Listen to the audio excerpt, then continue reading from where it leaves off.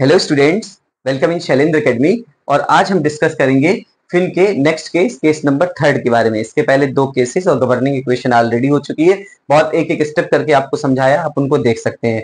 Case number 3 क्या है, अगर हम इसको समझें तो इसमें बोल रहा है when fin is finite long, means fin की कुछ लेंथ है। आप फिगर में देखें तो फिन की लेंथ L दिखाई गई है and loses heat bye convection at the tip.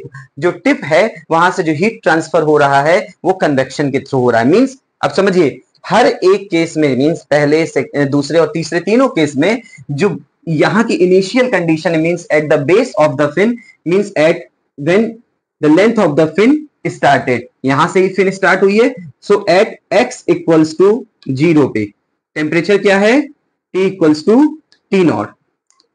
और जो सेकंड कंडीशन है वो सब में चेंज हुई है। फाइनल टिप पे जो कंडीशन है, पहले में थी इनफाइनाइट लॉन्ग फिन, वो अलग थी, फिर थी इंसुलेटेड फिन, और फिर इसके बाद यहां पर क्या हो रहा है, हीट ट्रांसफर या loses heat by the convection at the tip. तो यानी कि टिप पे लेंथ कितनी होगी, x इक्वल्स टू L, और x इक्वल्स टू L पे जो टिप पे हीट ट्रांसफर हो रहा है वो कन्वेक्शन से हो रहा है। यहां से इतना ही समझना है, क्योंकि बहुत सारे लोगों को यहीं पर प्रॉब्लम होगी जो अभी हम लिखने वाले वो कैसे आया। तो at x equals to L पे जो हीट ट्रांसफर हो रहा है वो कन्वेक्शन से हो रहा है, तो भाई यहां तो कंडक्शन ही होगा ना, तो जो टिप होगी टिप तक भी कंडक्शन जाएगा। यानी कि जितना कंडक्शन टिप पे हो रहा है, आ रही है हीट, उतनी ही कन्वेक्शन से ट्रांसफर हो रही है। तो यहां पर जो होगा वो क्या होगा, heat conducted at the tip equals to heat convected to the surrounding। Clear? ये पॉइंट अगर क्लियर है तो डेरिवेशन में तो बहुत बड़े स्टेप है, ध्यान से एक एक स्टेप देखना पड़ेगा, क्योंकि जैसे पहला वाला केस था फिर सेकंड वाला केस था तो थोड़ा सा डिटेल्स बढ़ती चली गई, इस वाले केस में और ज्यादा डिटेल है। लेकिन ये कॉन्सेप्ट जो हमेशा जो फाइनल बाउंड्री कंडीशन का है वो सब में अलग है। ये हमको समझना है कि हीट जो हो रही है वो यहाँ पे कन्वेक्शन से ट्रांसफर हो रही है, तो यहाँ तक कंडक्शन फिर कन्वेक्शन इसी टिप से हो जाएगा। तो x इक्वल्स टू L पे, इस पे at x equals to L पे हीट कंडक्टेड का फॉर्मूला क्या है, जब भी कहीं हीट कंडक्शन का फॉर्मूला लगाना है तो Fourier law of heat conduction लगाना है। अगर आपने नहीं पढ़ा है तो इसी प्लेलिस्ट में बढ़िया से एकदम पढ़ाया गया with example, real life example से कि कैसे Fourier law of heat conduction आता है, आप उसे देख सकते हैं। जो होता है माइनस के A D T upon D x at x equals to, यहां क्या लेना है, एल पे, किसके बराबर है, एच ए, और temperature T minus T A के, सराउंडिंग का टेम्परेचर हमने ले लिया टी ए और हीट ट्रांसफर कोफिशिएंट ए। यहां से हीट जो ट्रांसफर हो रही है वो कन्वेक्शन से हो रही है, ये बहुत ध्यान से। अच्छा एक चीज और देखिए, यहां पर लिखा है कि loses heat bye convection at the tip. इसका मतलब कि हम सिर्फ टिप की बात कर रहे हैं। तो टिप अगर इसको ऐसे बनाते हैं तो टिप ऐसे ही तो जाएगी। अगर हम इस तरीके से फिन को बना दें तो ऐसे टिप जाएगी। तो ये टिप का जो एरिया होगा वो क्रॉस सेक्शनल एरिया होगा, सरफेस एरिया नहीं होगा, क्रॉस सेक्शनल एरिया। तो यहीं तक कंडक्शन और यहीं से कन्वेक्शन टिप से, तो यहां पर जो एरिया होगा वो क्रॉस सेक्शनल एरिया होगा, और दोनों का ही बराबर क्रॉस सेक्शनल एरिया होगा, क्योंकि उसी पर कंडक्शन और उसी से कन्वेक्शन। तो जो क्रॉस सेक्शनल एरिया है वो कैंसिल हो जाएगा। तो बचा क्या बचा, अगर हम इसको लिखें D T upon D x at x equals to L equals to minus H upon K T minus T A. बिल्कुल क्लियर, एकदम एक एक पॉइंट। यहां से फिर हम अगर इसको लिखें D T upon D x at x equals to L minus H upon k equals to t minus T a. अगर आप गवर्निंग इक्वेशन का वीडियो देख करके आए, नहीं देखा है तो देखिए, तो गवर्निंग इक्वेशन में होता है theta equals to C1 e to the power mx plus C2 e to the power minus mx, और थीटा की जगह हम क्या लिख सकते हैं, t minus T A equals to C1 e to the power mx plus C2 e to the power minus mx। आप इसे जाकर के देख सकते हैं। तो t माइनस टी ए की जगह हम क्या लिख सकते हैं, C1 e to the power mx plus C2 e to the power minus mx। अब अगर x इक्वल्स टू L लिख देते हैं तो dt upon D x at x equals to L पे क्या आएगा, minus H upon K C1 e to the power ml plus C2 e to the power minus ml। ये आई dt upon dx at x equals to l पे minus h upon K C1 e to the power ml plus C2 e to the power minus ml। तो इस value को हमको ध्यान में रखना है क्योंकि आगे अभी इस वैल्यू का उपयोग होगा। क्या आया है, dt upon dx x equals to l पे minus h upon K C1 e to the power ml plus C2 e to the power minus ml।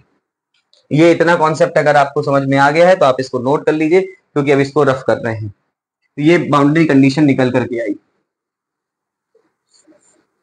अब इसके बाद हम क्या जानते हैं, हमारी गवर्निंग इक्वेशन क्या है, रेक्टेंगुलर फिन के लिए गवर्निंग इक्वेशन क्या होती है, theta equals to C1 e to the power mx plus C2 e to the power minus mx।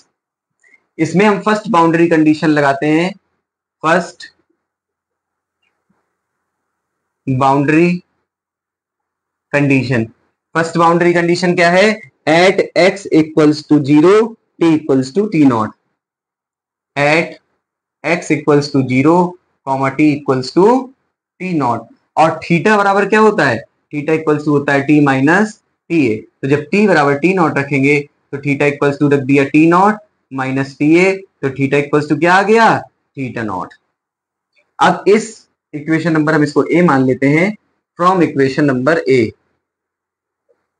From equation a. Equation a पे हम इन बाउंड्री कंडीशंस को लगाते हैं। तो थीटा की जगह क्या रखेंगे, theta not equals to C1 e to the power x की वैल्यू क्या है 0 m into 0 plus C2 e to the power minus m into 0। यहां से थीटा नॉट इक्वल्स टू आ गया C1 प्लस C2, या यहां से अगर C2 इक्वल्स टू रखें तो थीटा नॉट माइनस C1 आ गया। इसकी जरूरत हमें आगे पड़ सकती है इसलिए हमने इसको इक्वेशन नंबर 1 मान लिया। तो अगर आप समझें कि जो ये पहली बाउंड्री कंडीशन वाला जो फॉर्मूला आया है या जो रिलेशन आया है वो लगभग सब में कॉमन है, और दूसरे वाले में आपको अच्छे से समझना है और अच्छे से उस पर काम करना है। अगर सेकेंड बाउंड्री कंडीशन अब लगाते हैं, यहां से सेकेंड बाउंड्री कंडीशन बहुत आराम से समझिए। देखिए जब भी कोई चीज अगर आप समझने आए हो तो आप उसको जो है इस तरीके से देखिए कि आपको पूरा कॉन्सेप्ट समझ में आए। नहीं समझ में कहीं आ रहा है आप कमेंट में लिखिए, आपको उसका रिप्लाई मिलेगा। तो सेकंड बाउंड्री कंडीशन की अगर बात करते हैं तो क्या है, at x equals to L पे ये आपका निकल करके आएगा। तो x इक्वल्स टू एल अगर हम रखें तो हमारी बाउंड्री यहां पर क्या है, theta equals to C1 e to the power mx plus C2 e to the power minus mx। Theta को हम क्या लिख सकते हैं, t minus T A, C1 e to the power mx plus C2 e to the power minus mx। इसका अगर हम differentiation करें तो हम लिख सकते हैं dt upon dx with respect to x, minus T A का तो जीरो हो जाएगा। ये स्टेप भी अभी पुराने में रिपीट हुआ है। हमें dt अपॉन dx चाहिए, ये ध्यान रखिए, इसलिए हमने उसको ओपन किया थीटा को और फिर t के x के रिस्पेक्ट में dt अपॉन dx का हमने डिफरेंशिएशन कर दिया। इक्वल्स टू इसका क्या होगा, C1 e to the power mx और फिर mx का क्या होगा m plus C2 e to the power minus mx और इसका क्या होगा माइनस m।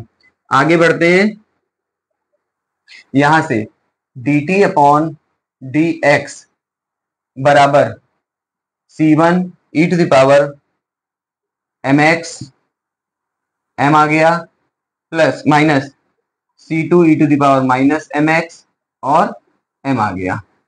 यहां अगर dt upon dx at x equals to l रख दिया जाए तो m तो कॉमन हो गया, क्या आएगा C1 e to the power ml minus C2 e to the power minus ml। ध्यान से देखिए सभी विद्यार्थी, ये बिल्कुल क्लियर था। यहाँ पर C1 mx m माइनस अंदर था उसको हम बाहर लेकर के आए, ये हो गया। अब at x equals to l रखा तो क्या आया m C1 e to the power x की जगह l रख दिया minus C2 e to the power minus l x की जगह l रख दिया। अब आप जानते हैं कि dt अपॉन dx x बराबर l पे इतनी वैल्यू आ चुकी है। तो अगर हम इसको मान लेते हैं कि फ्रॉम सेकंड बाउंड्री कंडीशन यहाँ लगा चुके हैं by putting the value of dt upon dx x equals to l, इसको इक्वेशन 2 मान लें इन इक्वेशन नंबर 2। तो देखिए क्या है, अगर हम इसको यहां लिख लें m c1 e to the power ml minus c2 e to the power minus ml, ये रखा, और इसके बराबर dt अपॉन dx x के बराबर l है, इसको लिखा minus h upon K c1 e to the power ml plus c2 e to the power minus ml। ठीक, ये वैल्यू उठा करके यहां रख दी। अगर यहां देखें c1 e to the power ml लिख सकते हैं, minus c2 e to the power minus ml लिख सकते हैं, और m को उस तरफ ले गए, minus h upon K m c1 e to the power ml plus c2 e to the power minus ml। Equation धीरे धीरे बड़ी होती जा रही है, बट हमें घबराना नहीं है। क्यों? क्योंकि हमें कॉन्सेप्ट क्लियर रखना है। अच्छा ये बताइए, अगर dt अपॉन dx x बराबर l ना किए होते तो यहाँ पर ये जो वैल्यू आई थी इसका उपयोग किया गया था, कहां से रख लेते? इसलिए सोचे कि अरे इक्वेशन तो बहुत बड़ी है, कोई शॉर्टकट नहीं है समझने का, सिर्फ यही है कि आपको अपना कॉन्सेप्ट क्लियर रखना। और कॉन्सेप्ट क्लियर रखने के लिए जब आप फिन पढ़ रहे हैं स्टार्टिंग से पूरा पढ़िए, तो आप एक लेक्चर 15-20 मिनट का है, सारा आपका तैयार हो जाएगा। एक दिन में ही अगर आप पढ़ना शुरू करें तो पूरा तैयार हो जाएगा। अब देखिए यहां से आगे हम कुछ नहीं कर सकते, कब तक? जब तक चाहे c1 की वैल्यू न रखें या c2 की वैल्यू न रखें। तो फ्रॉम इक्वेशन फर्स्ट में हमने already c2 equals to theta naught minus c1 कर रखा है, तो हम इसको लिखते हैं, इसको थोड़ा यहां लिख दें ताकि कोई कंफ्यूजन न रहे। t equals to t naught, हमने क्या रखा? c1 e to the power ml minus c2 की वैल्यू क्या है? Theta naught minus c1 e to the power minus ml equals to minus h upon K m c1 e to the power ml plus c2 की value वही theta naught minus c1 e to the power minus ml। अब इसको bracket को open करते हैं, c1 e to the power ml minus theta naught e to the power minus ml plus c1 e to the power minus ml equals to minus h upon K m c1 e to the power ml plus theta naught e to the power minus ml minus c1 e to the power minus ml। या c1 के terms एक साथ ले लेते हैं, theta not के terms एक साथ ले लेते हैं। देखिए पहला टर्म ये है c1 e to the power ml, दूसरा टर्म ये है plus c1 e to the power minus ml। यहाँ देखिए plus h upon K m इस तरफ आएगा, h upon K m c1 e to the power ml, फिर थीटा नॉट का टर्म अभी नहीं इधर ले मतलब एक साथ सिर्फ इसका ले रहे हैं c1 वाले term, h upon K m यहाँ पे प्लस हो जाएगा, तो यहाँ पे आएगा minus h upon K m c1 e to the power minus ml। अब थीटा नॉट उस तरफ जाएगा, इक्वल लगाया theta naught e to the power minus ml, और ये थीटा नॉट वाला term minus h upon K m theta naught e to the power minus ml। बहुत ध्यान से इस लाइन को देखिए, मैं फिर से बता रहा हूं, यहां तक आपका क्लियर हुआ? जितने भी c1 वाले टर्म हैं वो एक तरफ ले जाइए, और जो थीटा नॉट वाले टर्म है वो एक तरफ ले जाइए। ये c1 e to the power ml, ये c1 e to the power minus ml, इस तरफ c1 नहीं बचा। फिर देखिए c1 था, e to the power ml था, h अपॉन के m से मल्टीप्लाई करते उस तरफ जाएंगे तो h upon K m c1 e to the power ml, फिर minus h upon K m, और इस c1 से मल्टीप्लाई करेंगे तो प्लस हो जाएगा, लेकिन उस तरफ जाएगा तो माइनस हो जाएगा, h upon K m c1 e to the power minus ml। अब क्या बच रहा है?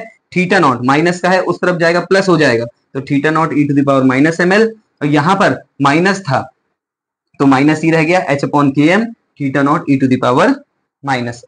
यहां से अगर c1 को कॉमन लिया जाए तो क्या आ जाएगा? e to the power ml plus e to the power minus ml plus h upon K m e to the power ml minus h upon K m e to the power minus ml equals to, यहां से theta not को common लिया जाए तो e to the power minus ml और minus h upon K m e to the power minus ml। तो यहां से तो माइनस ml भी कॉमन आ सकता है, उसको अगले स्टेप में कर देंगे। यहाँ देखिए ये वाला तीसरा वाला जो पार्ट केस है वो बड़ा है थोड़ा, अभी हम c1 c2 की वैल्यू ही निकाल रहे हैं। जैसे ही c1 c2 की वैल्यू आएगी हम यहाँ पर रखेंगे, फिर टी की वैल्यू निकालेंगे, फिर फाइनल हीट ट्रांसफर निकालेंगे फिर से। तो इसको आप नोट करिए, फिर इसके बाद अभी करते हैं आगे। तो देखिए अभी हमने यहाँ तक इसको पूरा कंप्लीट किया, हम C1 की वैल्यू निकालने जा रहे हैं। तो अगर हम इधर लिखें C1, तो इसको और शॉर्ट आउट करें तो एक बार टर्म ले लें e to the power ml plus e to the power minus ml, फिर इसके प्लस h अपॉन km लिखें और e to the power ml minus e to the power minus ml लिखें।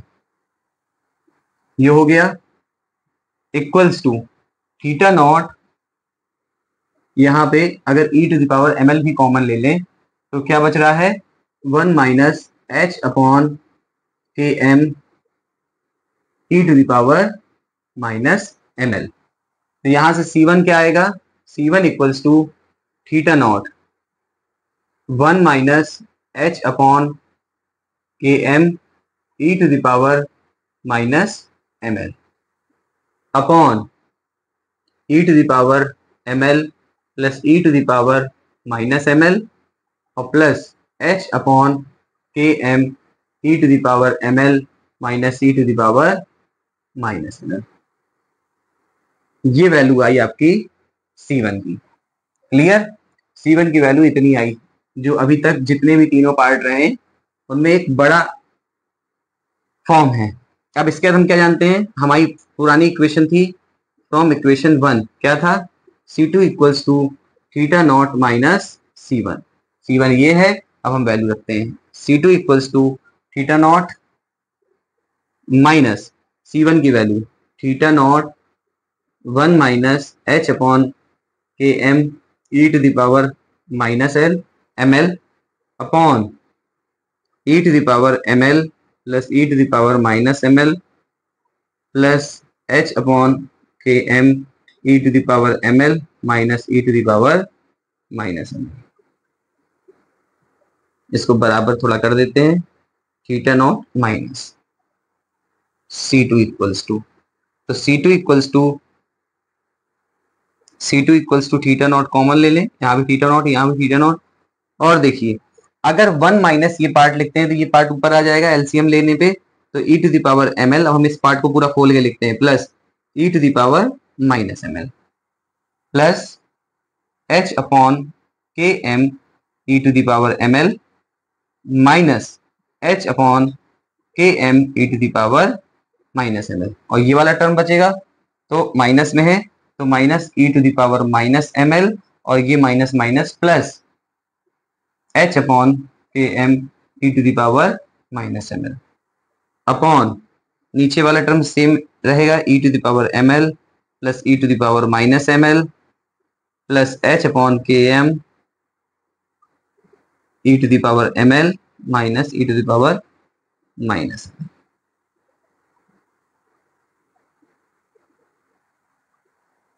ये टर्म का काम खत्म हो चुका है। अब यहां से अगर देखें तो कुछ कैंसिल हो सकता है, जैसे e to the power ml से e to the power ml minus ml दोनों कैंसिल हुए। इसके अलावा h अपॉन के M e to the power minus ml और h अपॉन के M e to the power minus ml ये cancel. तो जो C2 की वैल्यू है वो क्या आएगी, थीटा नॉट तो वैसे ही है, हमने थीटा नॉट लिखा, फिर इसके बाद e to the power ml लिखा प्लस h अपॉन के M e to the power ml लिखा upon e to the power ml plus e to the power minus ml plus h upon के M e to the power ml minus e to the power minus ml। ये आई C2 की value. किसकी value आई, C2 की value.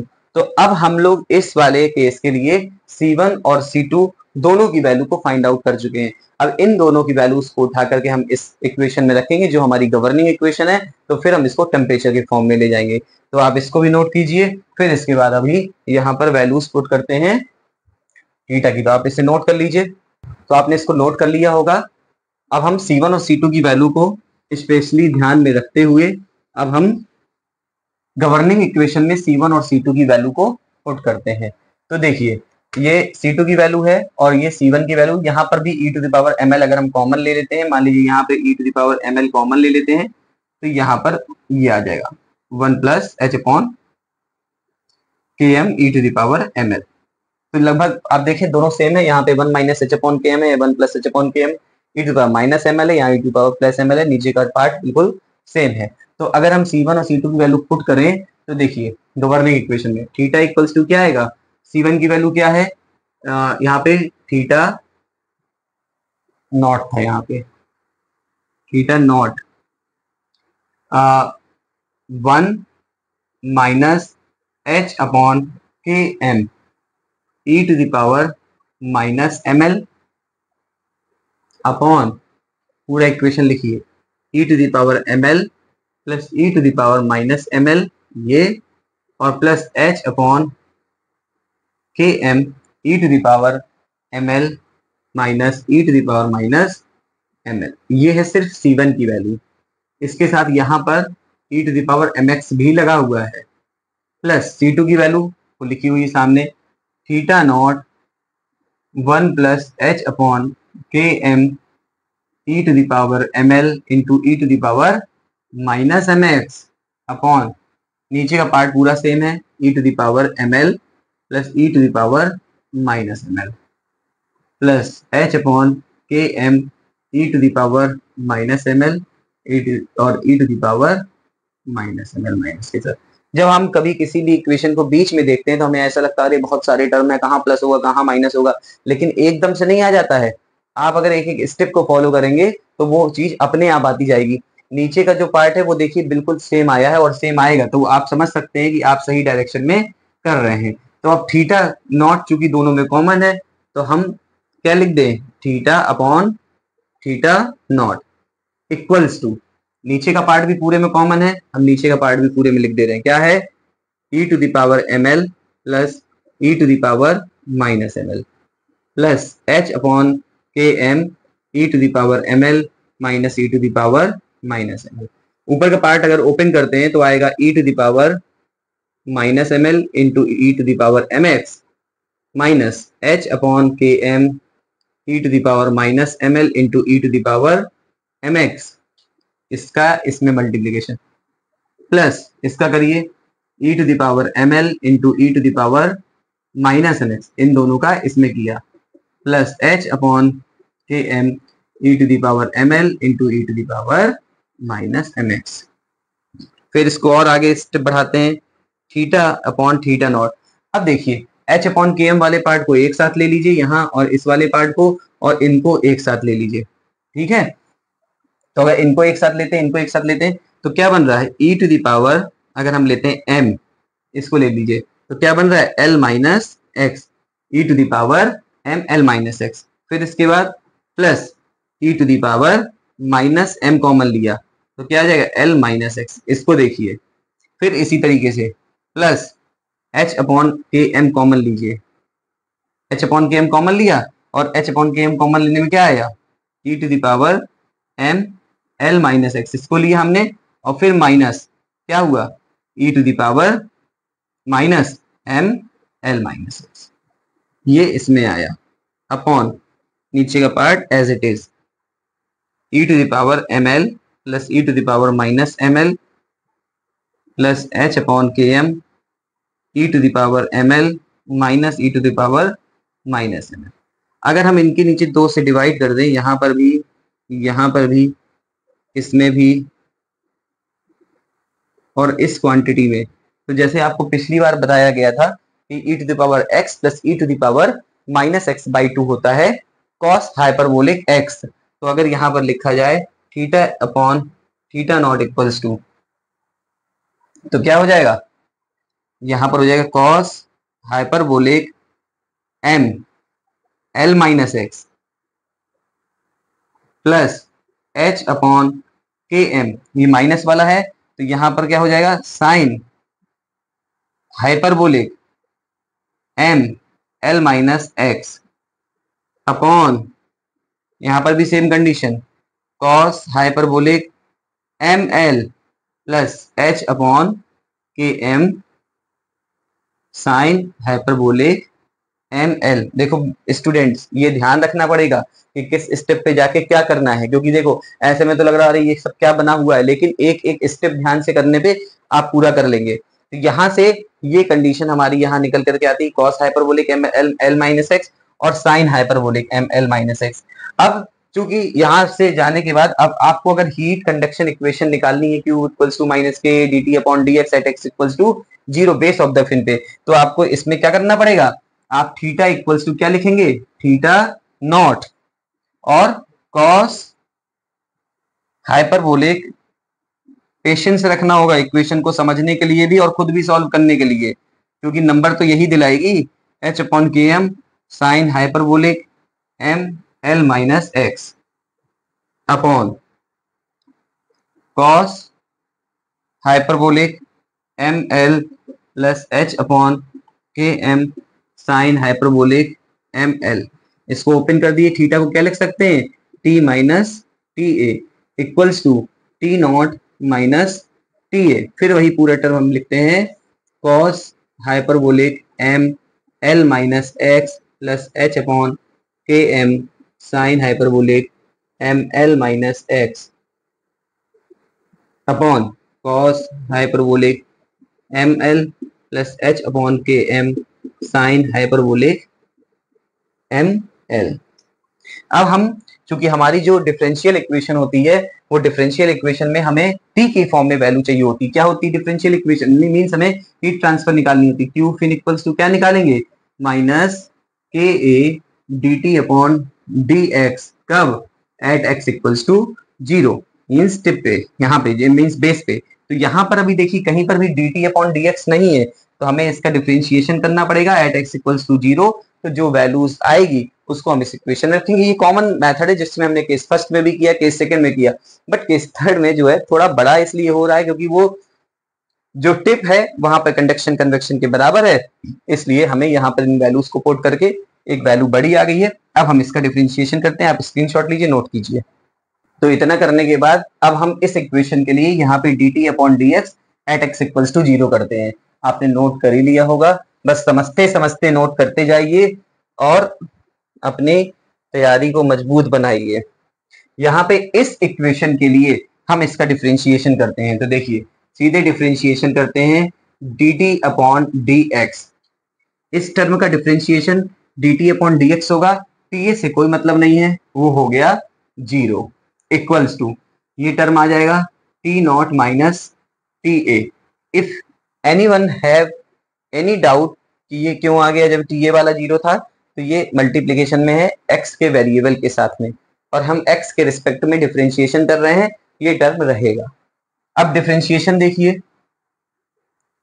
Cos hyperbolic M L minus X का हो जाएगा sine hyperbolic M L minus X, बिल्कुल clear. और M x minus का क्या हो जाएगा, माइनस का एम प्लस एच अपॉन के M sine hyperbolic M L minus x, और इसमें भी माइनस एम एक्स का क्या हो जाएगा, माइनस एम।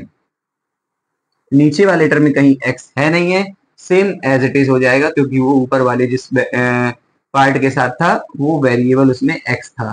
तो एच अपॉन के M sine hyperbolic M L आ गया, क्लियर।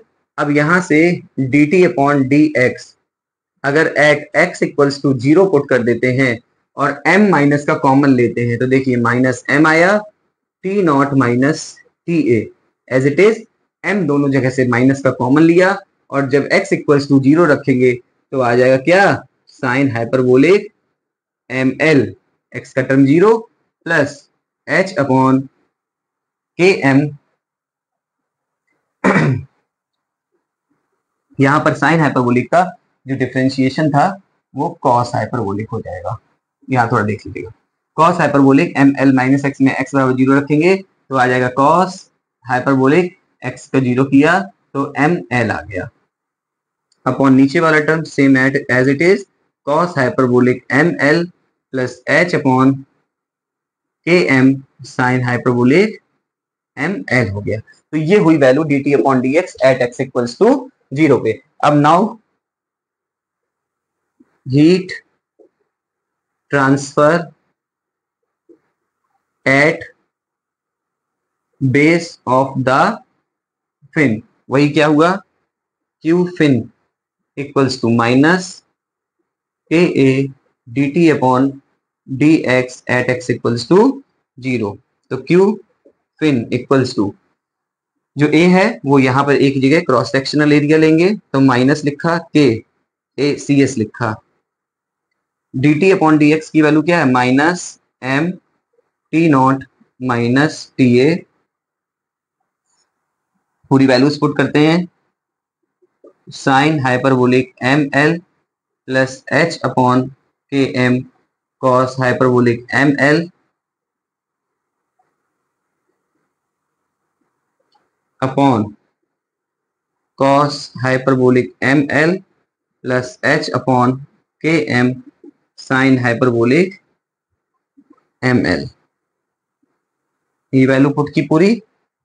अब बिल्कुल लास्ट हमारा चल रहा है, m की वैल्यू क्या होती है, m इक्वल्स टू होता है under root H P upon के ए सी एस, माइनस माइनस प्लस हो गया, देखिए अब फाइनल हम लोग पहुंच गए, माइनस माइनस प्लस हुआ, हमने क्या लिखा के ए सी एस, m की जगह क्या लिख सकते हैं under root H P upon के ए सी एस, फिर क्या आया T not minus T A आया।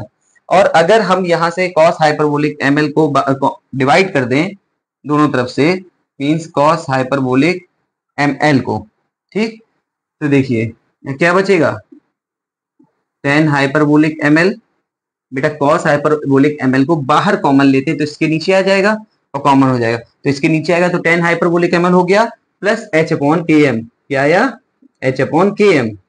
और इसी तरीके से नीचे वाले पोर्शन में भी अगर cos हाइपरबोलिक ml को कॉमन लेते हैं तो cos हाइपरबोलिक ml को कॉमन लेते हैं तो क्या आएगा, ये 1 हो जाएगा, ये 1 हो जाएगा प्लस h अपॉन के एम, साइन के नीचे cos आएगा तो tan हाइपरबोलिक ml हो जाएगा। क्लियर, cos हाइपरबोलिक ml से cos hyperbolic ml cancel, q fin equals, देखो के सी एस को अगर अंडर रूट के ऊपर अंदर लेके जाओगे तो स्क्वायर हो जाएगा, तो नीचे वाले से ऊपर वाला एक एक कैंसिल हो जाएगा, तो क्या आएगा अंडर रूट एच पी के ए सी एस, ये आया T not minus T a, फिर tan hyperbolic M L plus H upon के m upon 1 plus H upon के m tan hyperbolic M l. This is the heat transfer at the base of the fin। बहुत clearly एक एक step को मैं कहूंगा आप दोबारा से देखिए, क्योंकि अगर आपको समझ में नहीं आया है बुक में या कहीं पर, तभी आप यहाँ पर आए हैं, मैंने इसीलिए कोई पहले से नहीं लिखा है, आपको सामने पूरा का पूरा करके बताया है, ताकि minus plus M L M x minus L, कहां पर ये जो सबसे इंपॉर्टेंट पार्ट इसका ये है कि ये फिन पे जो टिप पे जो हीट कन्वेक्शन हो रहा है उसको कैसे हीट कंडक्शन के बराबर करना है और क्यों क्रॉस सेक्शनल एरिया बराबर लिया गया है भाई, एसीएस कन्वेक्शन का भी और एसीएस कंडक्शन का कैसे बराबर, क्योंकि टिप पे जो हीट ट्रांसफर हो रहा है वो कन्वेक्शन पे हो रहा है और टिप पे ही निकालना है हमको, क्योंकि एक्स बराबर एल पे टिप ही आ जाती है। तो इस तरीके से एक एक स्टेप करते हुए गवर्निंग इक्वेशन को लगाते हुए C1 C2 की वैल्यू भी अपने आप में एक अच्छा खासा स्टेप था, उसको कंप्लीट करते हुए हमने पूरे इक्वेशन को कंप्लीट करके x बराबर 0 पे जब हमने फिन का हीट ट्रांसफर निकाला है तो वो ये निकल करके आया, जो टर्म लगभग कॉमन था यही टर्म सब में चेंज आया है। तो इस टर्म को कंसीडर करते हुए आपको समझ में आया है तो कमेंट बॉक्स में अपना फीडबैक जरूर दीजिए, उससे मोटिवेशन बढ़ता है और भी वीडियो बनाने के लिए मोटिवेशन आता है। Thank you so much for watching, like share subscribe कीजिए और एक हफ्ते में देख रहे हैं तो हाइप जरूर कीजिए। Thank you so much for watching, thank you.